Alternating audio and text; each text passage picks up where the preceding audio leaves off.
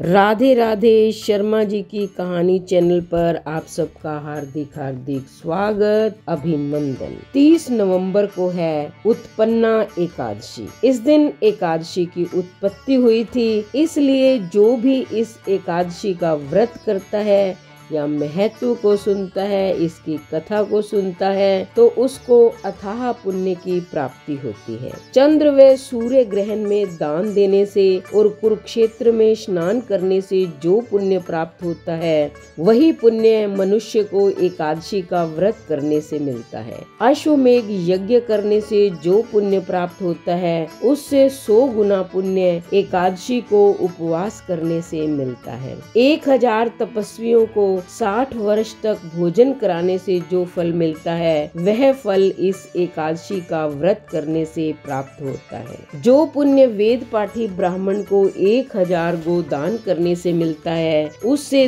10 गुना अधिक पुण्य एकादशी का व्रत करने से मिलता है। एकादशी का व्रत करने पर ही यज्ञ, दान, तप आदि मिलते हैं, अन्यथा नहीं। इसलिए एकादशी का व्रत अवश्य करना चाहिए। एकादशी का व्रत कैसे करें? प्रातःकालीन समय में जल्दी उठें, अपनी दैनिक क्रियाओं से निवृत्त होकर स्नान आदि करके स्वच्छ वस्त्र धारण करें। उसके पश्चात भगवान विष्णु की पूजा करें। रोली, मूली, गुड़, चावल, धूप, दीप, फल, फूल इत्यादि से। अब आइए सुनते हैं इसकी कथा। अर्जुन ने पूछा कि हे भगवान, आपने इस एकादशी के पुण्य को अनेक तीर्थों के पुण्य से श्रेष्ठ तथा पवित्र क्यों बतलाया है? आप सब विस्तार से कहिए। तब भगवान कृष्ण ने कहा कि सतयुग में चंद्रावती नगर में मुर नाम का एक क्रूर राक्षस हुआ था। उसने समस्त देवताओं को युद्ध में परास्त कर उनका सिंहासन छीन लिया। अब वे दर दर भटकने लगे और भगवान विष्णु की शरण में चले गए।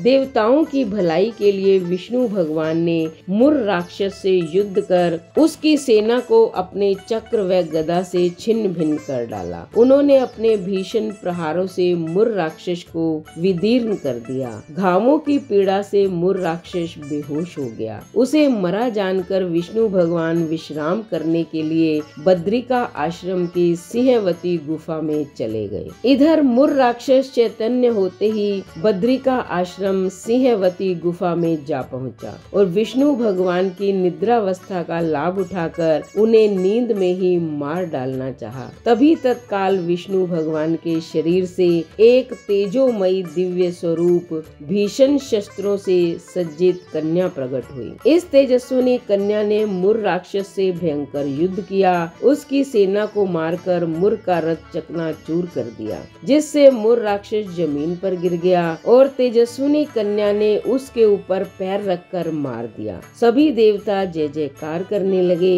इससे विष्णु भगवान जाग गए। उन्होंने उस दिव्य कन्या का परिचय जानकर उसे आशीर्वाद दिया और कहा, आज से लोग तुम्हें उत्पन्ना एकादशी के नाम से जानेंगे और तेरी पूजा करेंगे। तुमने मेरा अच्छा कार्य किया है और दुष्ट राक्षस मुर का वध किया है, उसके कारण तुम अमर हो गई। एकादशी पर जो भी कोई इस एकादशी का व्रत करता है, उपवास करता है या कथा को कहता या सुनता है, उसके समस्त कष्ट व पाप नष्ट हो जाते हैं और अनंत पुण्य का फल प्राप्त होता है। फिर अंत में मोक्ष की प्राप्ति होती है। इस वर की प्राप्ति से एकादशी अत्यंत प्रसन्न हुई। तो आप भी एकादशी का व्रत करिए, क्योंकि इस दिन एकादशी की उत्पत्ति हुई थी, इसलिए इस एकादशी को बड़ा भी माना जाता है और मार्गशीर्ष का पवित्र महीना भी चल रहा है। तो सभी एकादशी का व्रत करें। व्रत नहीं कर सके तो मात्र कथा और इसके महत्व को सुन ले। तो अगर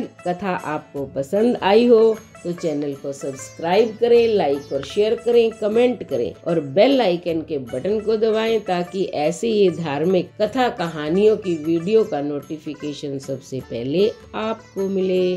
धन्यवाद।